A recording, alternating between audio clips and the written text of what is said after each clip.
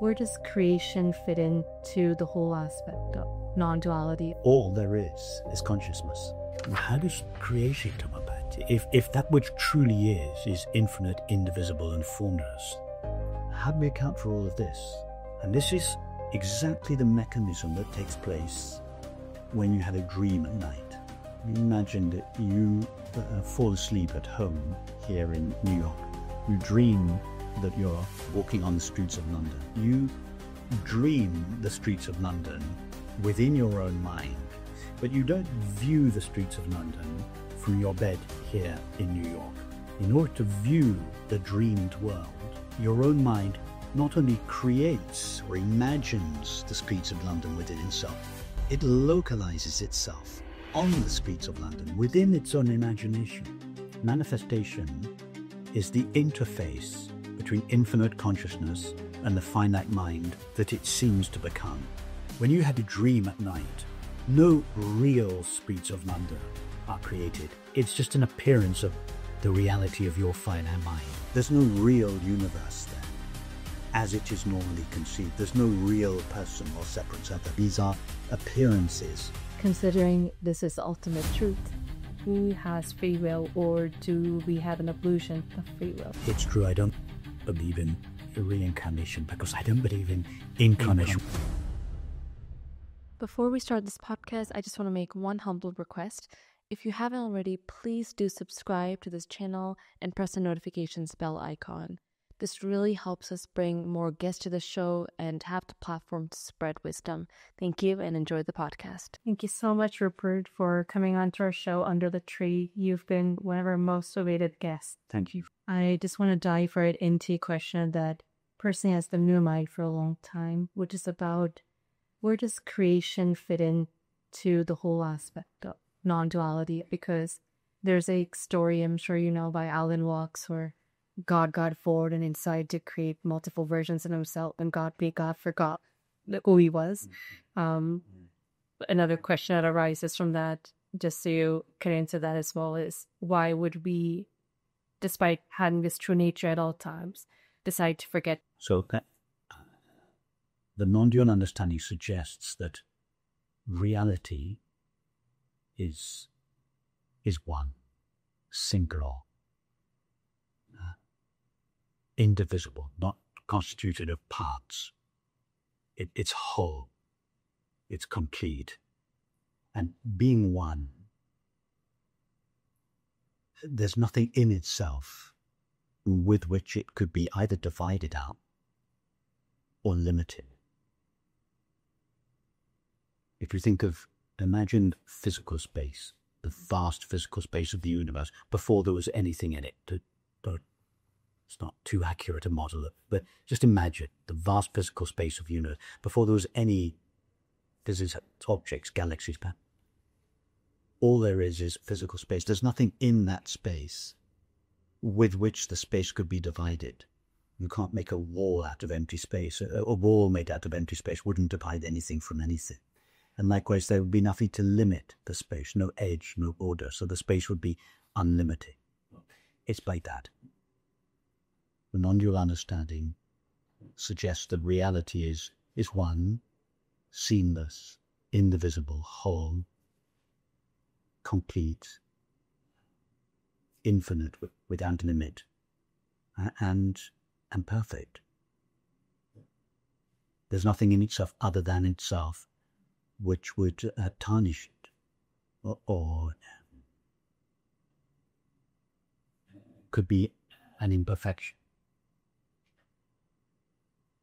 And this is not an abstract idea of some other realm apart from this realm. Okay? Reality is that which truly is, not that which truly is in another universe, as opposed to this universe where there are a multiplicity and diversity of objects and people all made out of matter. No. It means that reality, all that there truly is, here, now, in this realm, it is only one infinite, indivisible, whole, whose nature is being, or being aware being, consciousness. Consciousness is the stuff that is reality, and that is all there is. All there is consciousness. And consciousness is it inherently then like empty space before the appearance of any object. Within empty spaces is empty. There's no form there. There's no sight, no shape. And consciousness is like that. And actually this is in fact our experience. If we go directly, if we go to our thoughts, feelings, sensations, perceptions, there is form there is duration, there are qualities. But if we go directly to the experience of being aware, there's no qualities there. It's formless. So, to your question now, so how does creation come about? If that which truly is infinite, indivisible, and formless, how do we account for all of this? There is undoubtedly experience. We may not be experiencing a world, but even if this isn't a world, it is undoubtedly an experience. There is something here. There's not nothing here. There's something. So how do we account for that? If for the sake, how does the non-dual understanding account for this?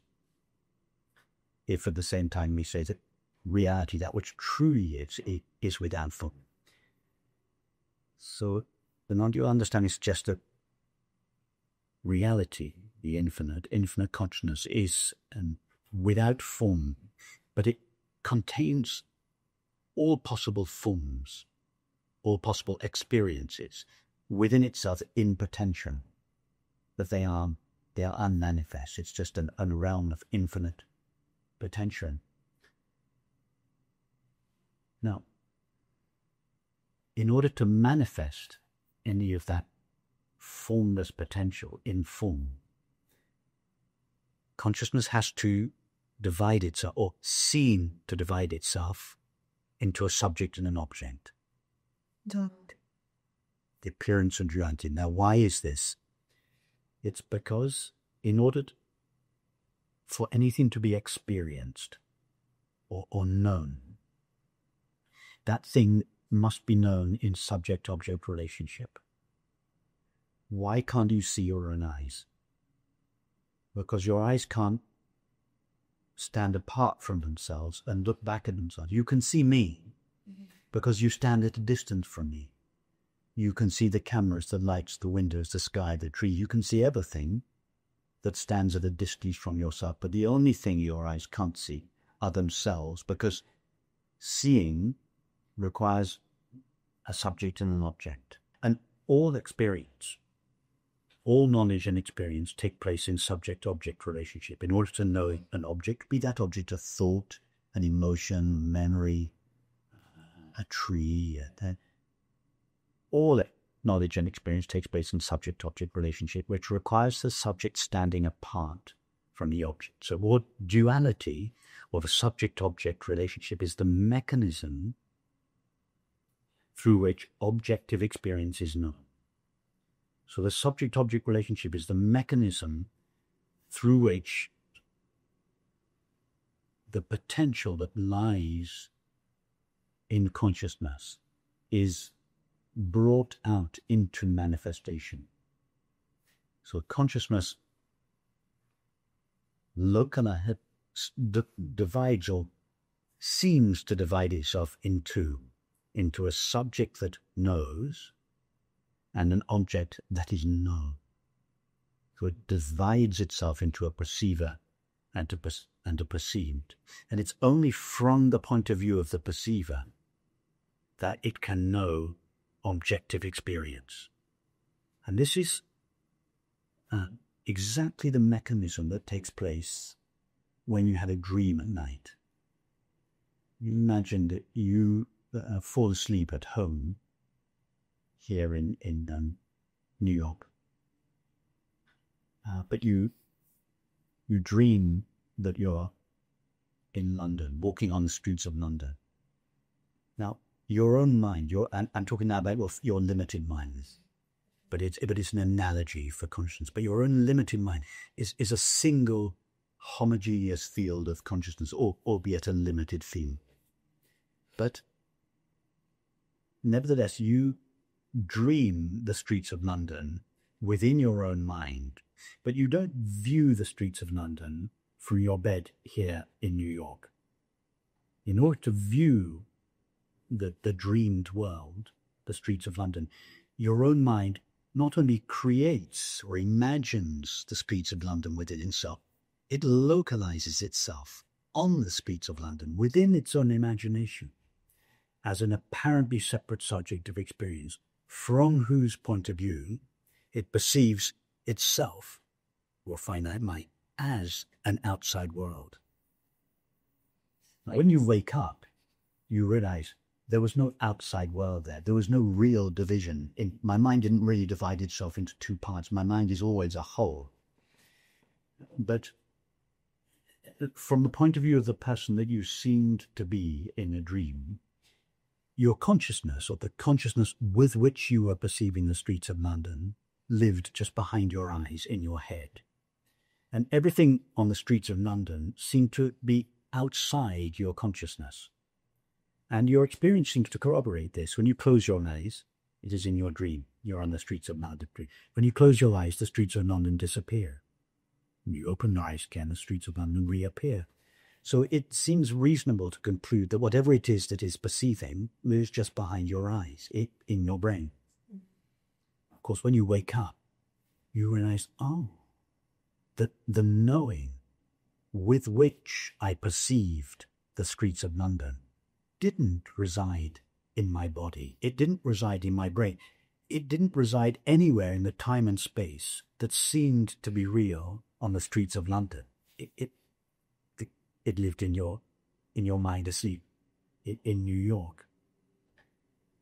However, your mind couldn't access the dream directly. You can't be aware of your dream, the streets of London, directly from your bed in New York. You have to forget that you're sleeping in New York. You have to localize yourself within your own imagination.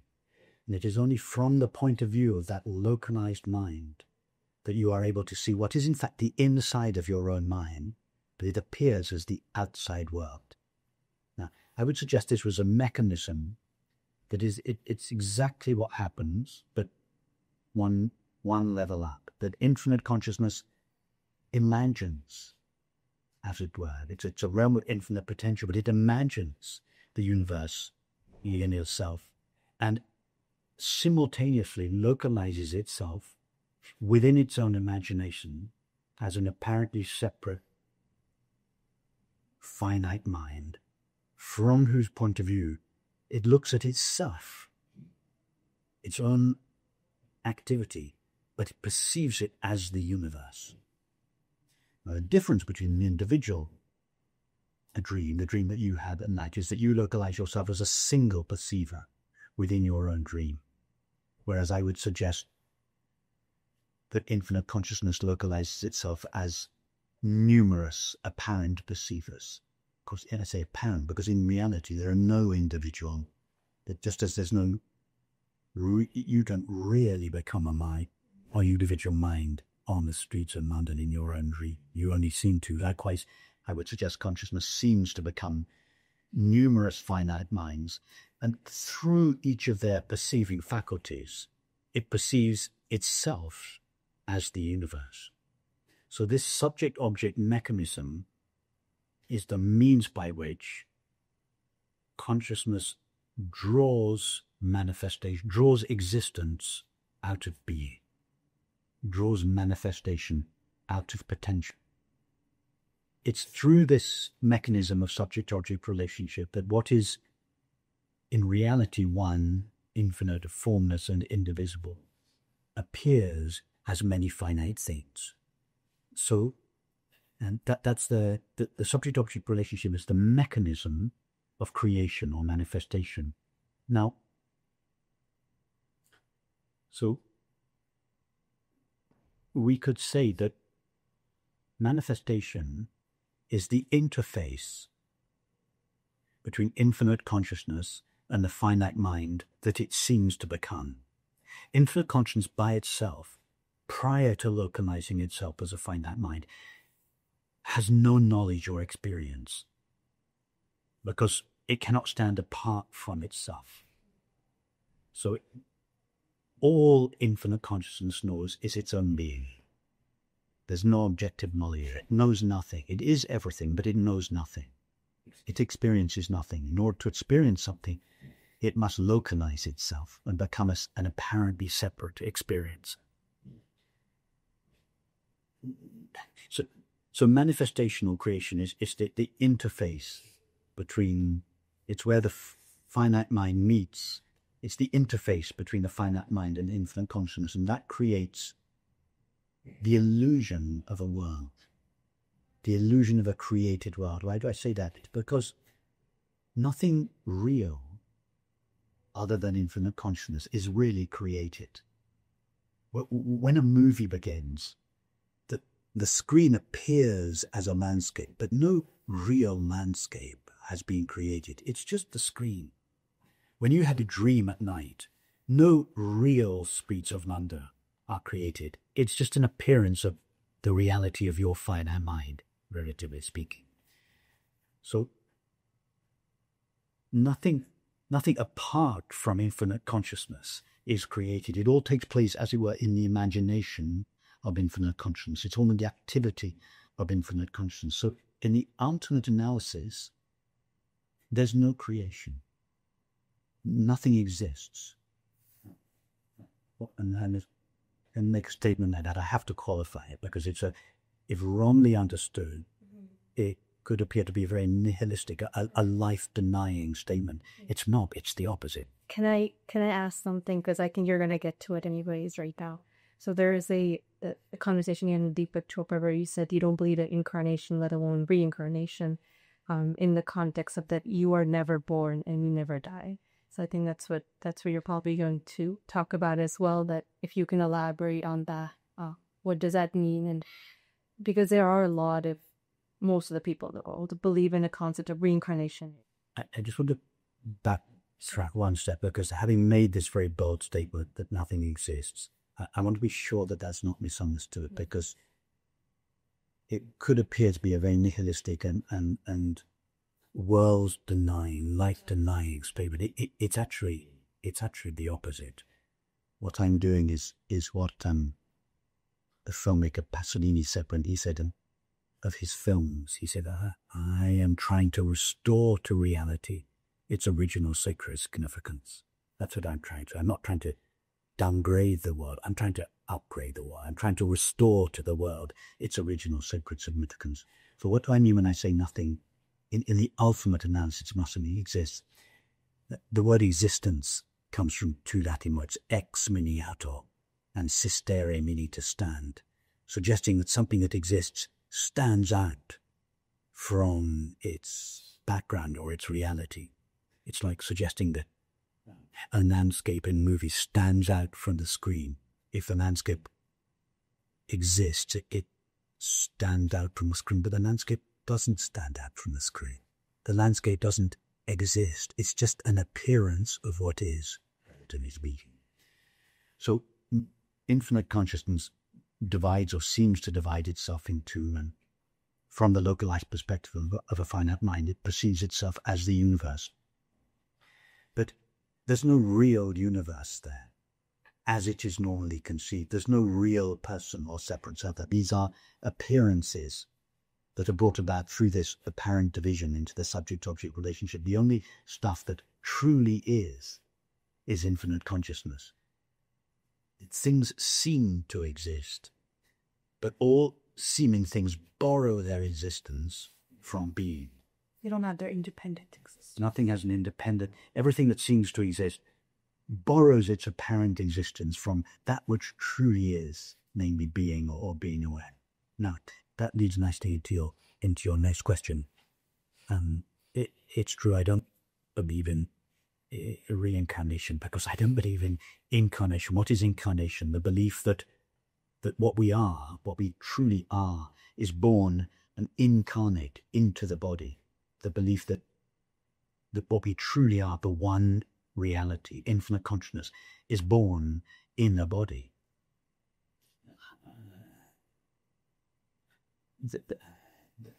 That's like believing that the space of the universe was born into this room when this building was built.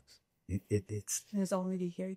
It was already here, and although now it seems to be enclosed within and limited to the four walls of the room, even now, the space in this room is not in this room.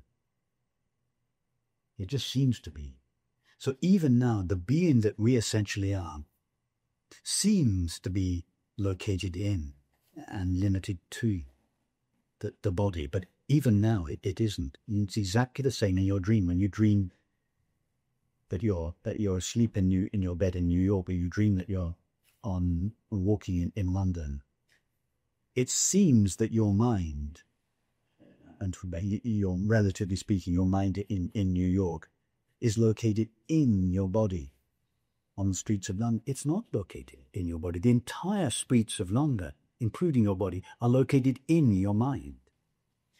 So I would suggest exactly the same thing is happening now. But what we truly are, consciousness, is perceiving through the faculties of the mind, but is not located in the mind.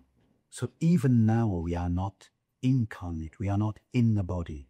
We are not limited to the body. We are not generated by the body, but we see through the perceiving faculties of the body. In fact,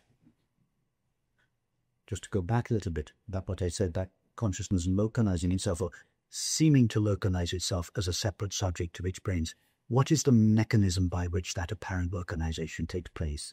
Perception. Imagine a white piece of paper that represents infinite consciousness, and then just with a pencil draw a little circle on the white. Now there is a bounded consciousness within the vast consciousness. That's the finite mind. Now, what's that boundary made of? Perception. Seeing, hearing, touching, tasting, and smelling. So it is consciousness itself that arises in the form of perception, and in doing so, it seems to cast a boundary around itself. And it seems to localize itself. It then looks out from within that boundary through the perceiving membrane, and it sees itself, the rest of the white paper, in a way that is consistent with the limitations of those perceiving faculties. Considering this is ultimate truth, who has free will, or do we have an illusion of free will? And when I mean I'm talking about the mind body that I call in here, or you call it Rupert. In this relative transactional world, do we have an illusion of free will? Should we act as if we have free will? Of course, but do we really have free will? So I can't see whether King Lear has free will. There is no character called King Lear. There's no real person called King Lear. He's John Smith acting. John Smith has, within the limits of the analogy, John Smith is free. But in the form of King Lear, does King Lear have free will? There is no person called King Lear, either to have free will or not to have free will.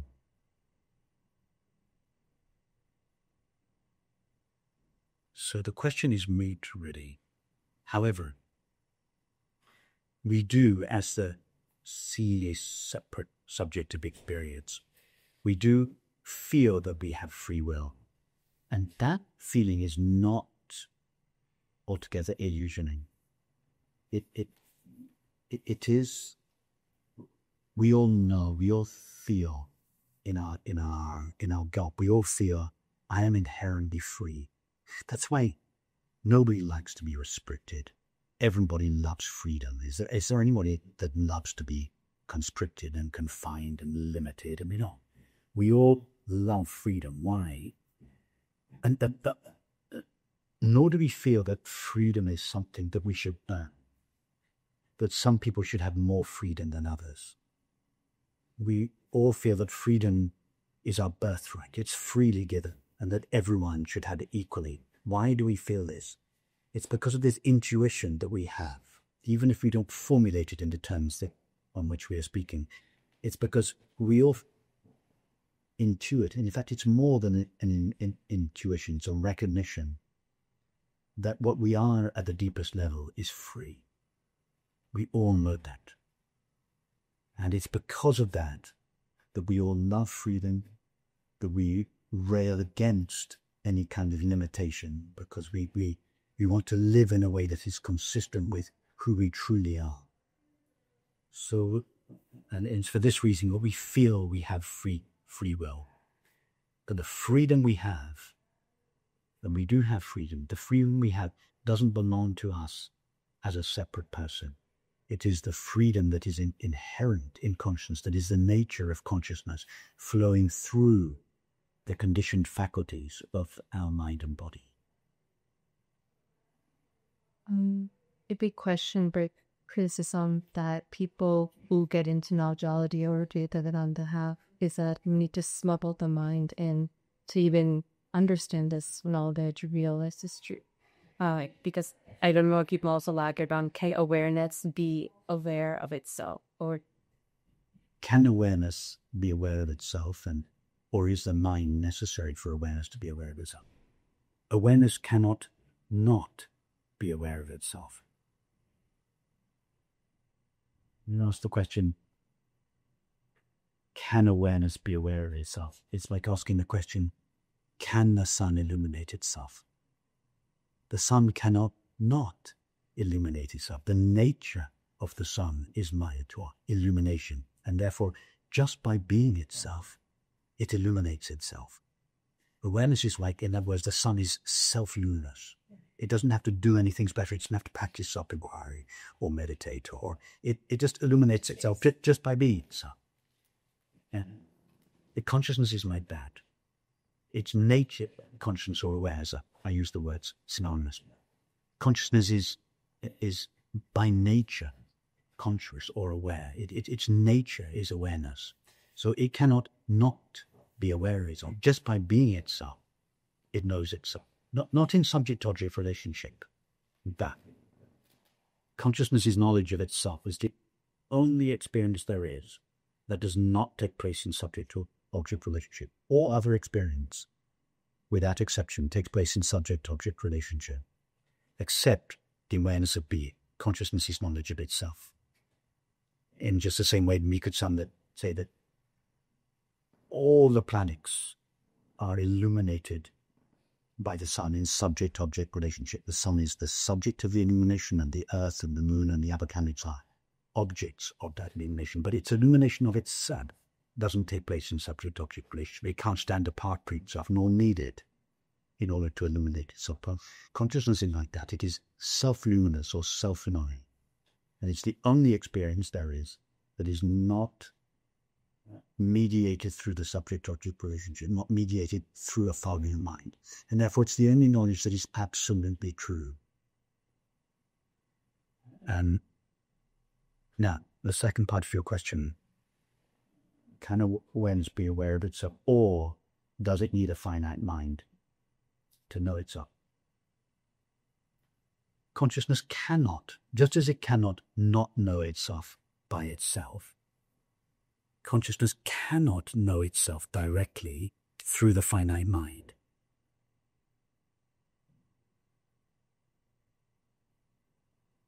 Because the finite mind is like a filter. It's like a pair of glasses. In a human being, it's made of thinking and perceiving. So everything that is known through the finite mind shares the limitations of that finite mind and appears in accordance with those limitations. Why do we experience the world as a series of sights, sounds, tastes, textures, and smells?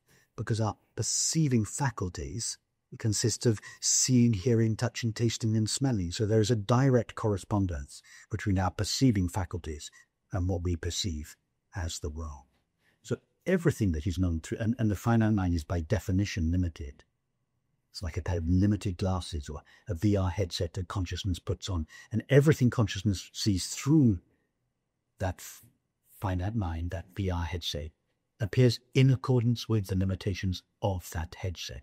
So consciousness, not only does it not need the finite mind in order to know itself. It cannot know itself through the finite mind. You can't see white snow through orange-tinted glasses.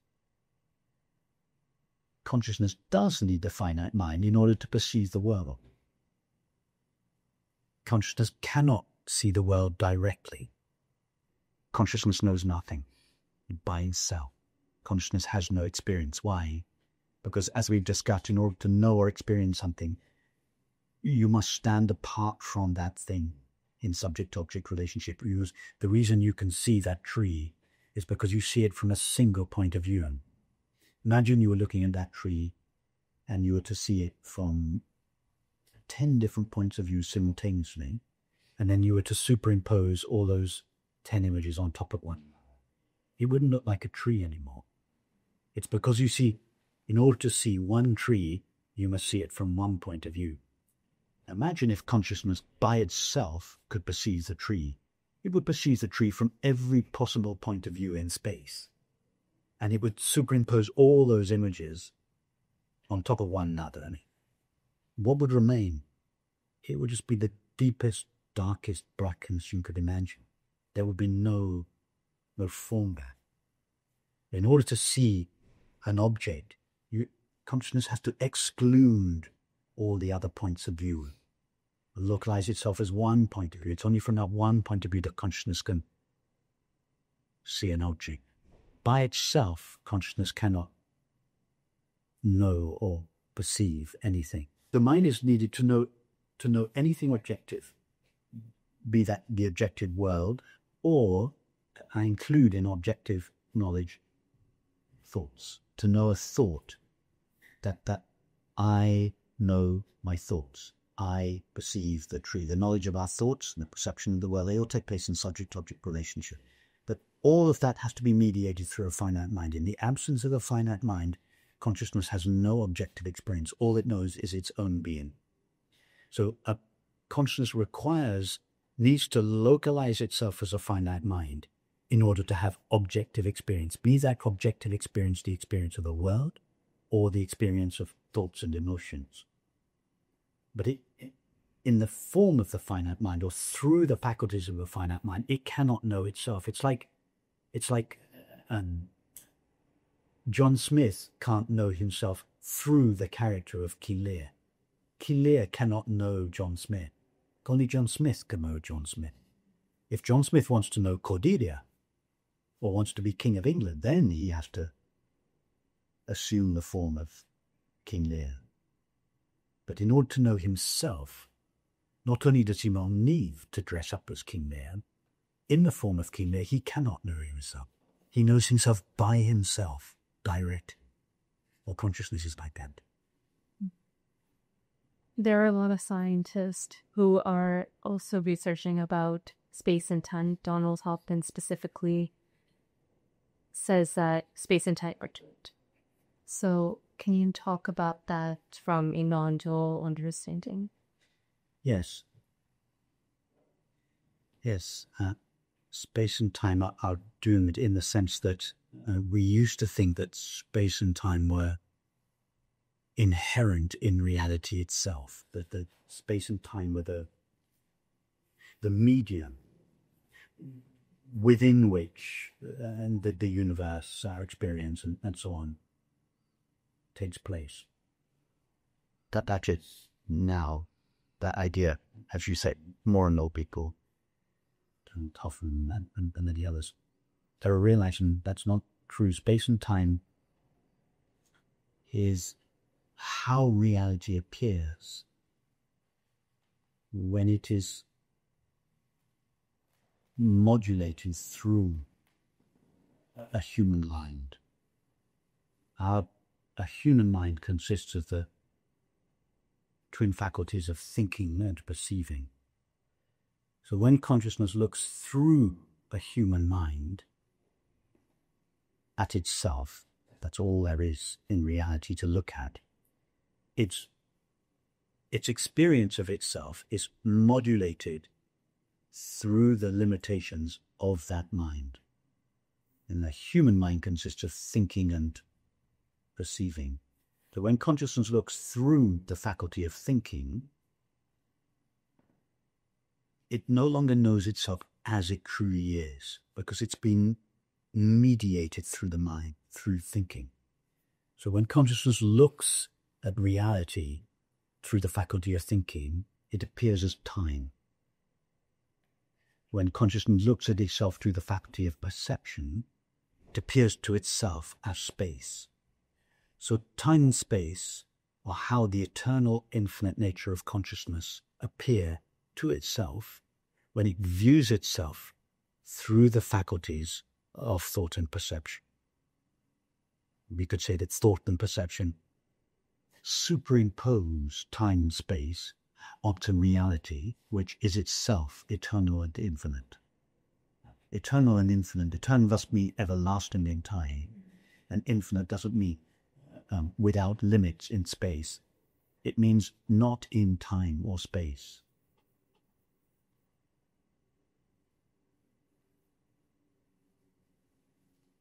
So when consciousness looks at itself, when consciousness refracts itself through the faculties of thought and perception, its eternal infinite reality appears as time and space. Time and space are okay. It's not the time and space are a property of the mind, it's thinking and perceiving that is a property of the mind. The thinking and perceiving confirm time and space on reality. They make reality look as if they were time and space. But in reality, there's no time and space. And this is actually your experience. Well, this is something that's it might sound very abstract and philosophical, but let's just do a little experiment. Would you agree that your experience is taking place now? Would you agree that all experience takes place now? Yes. Now, can you step out of the now into the past, just for a moment? Has anybody ever left the experience we call now and visited the place we imagine called the past? You just have like a remembrance of it, but we can't. But the memory takes place in the present. Correct. With our memory, we imagine the past, but we can't actually go there. With our imagination, we can imagine the future, but we can't actually step out of now and go into the future. So the past and the future are never experienced. They're imagined. But now is experienced. We are undoubtedly experiencing now. Now, since we've been talking, Amira, how many nows have you experienced? Only one. In your life, how many hours have you experienced? Once. Just one. And given that you've never experienced a past or a future, in other words, you've never actually experienced a line of time, how long does the now last? It's not always zero, but it doesn't last. It doesn't pass. You're a second. The now is not a moment on a horizontal line of time. It is the vertical dimension of being. But the vertical dimension of being intersects the horizontal line of time at the point we call now. So from the point of view of the mind, which imagines a line of time, the now is a moment, the present moment. But from the point of view of reality, now is eternity. So now partakes both of time and eternity. From the point of view of time, it is consumed as a moment. From the point of view of reality, it is eternity. Now, in other words, time is never actually experienced. That this is not highfalutin mondial philosophy. This is good. It is philosophy, but it's the true philosophy that is derived from experience, not from abstract reason. If you go deeply into the experience of now, as you quite rightly say, that there's only now, there's only one now, that the now has no duration, and the now is not moving along a line of time. The now is stationary. Now, do the same experiment with space. It's more difficult with space. Would you agree that your experience is currently taking place here? Yes. Would you agree that your experience always takes place here? It's true. Have you ever been over there? Only in imagination. You've imagined, yes, but we've imagined the past, when we imagine the future, but we can't actually go It's not reality. We imagine over there. But when we try to go over there, it's like trying to go into the past.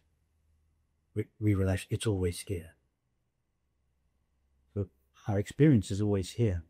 And here is not,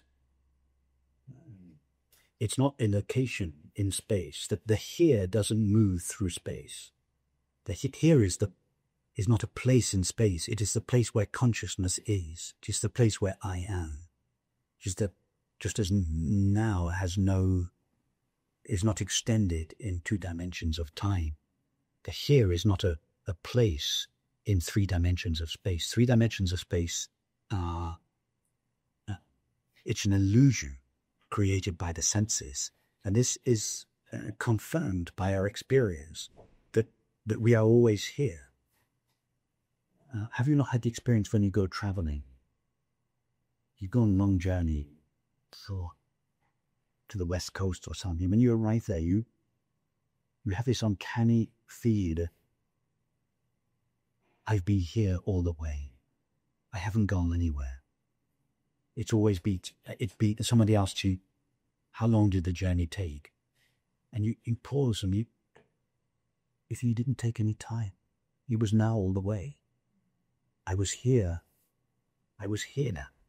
The world moved through me. I didn't move through the world. It's perception that makes you think you move through the world. In reality, the here and now are not in time and space. They are the timeless, placeless place of consciousness. And it never goes anywhere. Sensations and perceptions flow through us, but we don't flow in them. So it's an inner consciousness on that. Time and space are what consciousness looks like when mediated through the faculties of thought and perception. They're not really there. And we don't have too much time, but that is actually our experience. You can verify this. What I'm speaking is not, I haven't derived it from mathematics or from philosophy, or it's my experience. It's your experience. It's everybody's experience. But most people's experience is so overlaid with beliefs plus the apparent evidence of sense perception that we don't realize that we're experiencing this. We're convinced that our experience takes place in time and space. And in contrast to that, what I'm suggesting seems to be abstract, highfalutin philosophy. It's the opposite.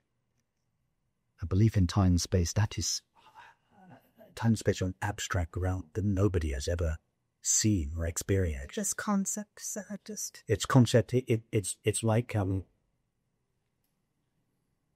it's not, I said earlier, the mind, our faculties, thought and perception are like glasses that we wear. It's more like contact lenses. If you wear glasses, I'm wearing contact lenses. Okay, I bet you forget you've got contact lenses on sometimes. Okay, I never forget I've got glasses on. I'm always aware I'm wearing glasses. But you've got contact lenses on. They're so close to your eyes, you forget that you're wearing them. Now imagine your contact lenses were tinted green. Everything you see would be green. But because you've forgotten you're wearing contact lenses, you think everything is green. Right. No, it's not. And your contact lenses are green. Well, our thinking and perceiving faculties are like contact lenses. It's not like a pair of glasses or even a heavy VR headset. It's like contact lenses that consciousness is wearing, and the contact lenses are tinted with thought and perception. But it's so close to consciousness that we don't realize we're wearing the lenses of thought and perception. So we think time and space is out there. It's not. It's in the perceiving faculties. What's out there is the infinite. And of course, even to say it's out there is not quite right. That I'm making a concession to our normal, to common parlance. It's difficult. You see, our language has evolved to describe the content of experience. Time, space. Time and space are implicit in almost everything we say. So when we try to talk about these things, all we've got are these rather clumsy abstract symbols that were designed to describe things. And now we're trying to use them skillfully in a way to describe, or not really to describe, and can't describe reality, but to invoke reality in a way they weren't really meant for. So language is, but let me put another way. Nothing I have said today is absolutely true, with the possible exception of I am. Everything else is my very best attempt to not describe, but to evoke reality in the listener, using reason sometimes, using experiments sometimes, using analogies, metaphors, just to try and give us a taste. Cezanne said this beautiful thing about his paintings. He said, what I'm trying to do with my paintings is give people a taste of nature's eternity. He didn't say I'm trying to explain nature's eternity. Nobody can explain nature's eternity. But that's what the artist tries to do, to take us there, to give us the visceral experience or taste. And that's what I'm trying to do with my words, clumsy as they are. I'm not trying to describe reality. I acknowledge that can't be done. I am is the very best I could do would be to remain silent. That wouldn't be very efficient. The next best is I am, but even that is not efficient unless you really understand it. So some explanation is needed. And we do our best not to describe, but to evoke reality in our viewers, in our listeners, and in each other. How does this understanding work? How this understanding? It's like we just take it into ourselves. We listen to it, we read it, we ponder it, we turn it over, our mind raises objections, we ask questions, we receive a response, we measure the response against our own experience, we ponder it. We just take this understanding in, we take in words, the ideas, we take them in, we let them do their own work inside us. We can't grasp reality. We take in this understanding, and it's like this understanding is like a dissolving, revealing agent. It just does its work inside our mind, a mind that is constantly pondering these matters, exploring them, pondering them, meditating on. The understanding does its work. We don't do it. The understanding does its work in us. And very occasionally, when this understanding begins to dawn on us, that there is a big aha moment. It may be that recognition may be accompanied by unusual signs in the mind and the body, but usually not. Usually the understanding just works in us as a dissolving, revealing agent, and it just gradually clears away all the doubts, all the obstructions, all them, and gradually reality reveals itself to us, but it comes in through the back door, doesn't come in through the front door. It steals up on us, begins to overtake us. And in a way, it's safest if it happens like that, because we can never claim anything. We never claim enlightenment or understanding or there's no big event. It's just our vision of ourselves, of others, of the world. It's gradually purified of all our old beliefs and feelings. And more our experience of the world, it begins to lose its bailing power. The world begins to shine with its reality. The forgetfulness. There is a forgetfulness, the amnesia evaporates, and that is felt on the inside as a deep peace, a deep, imperturbable, causeless peace. And on the outside, it's felt as love.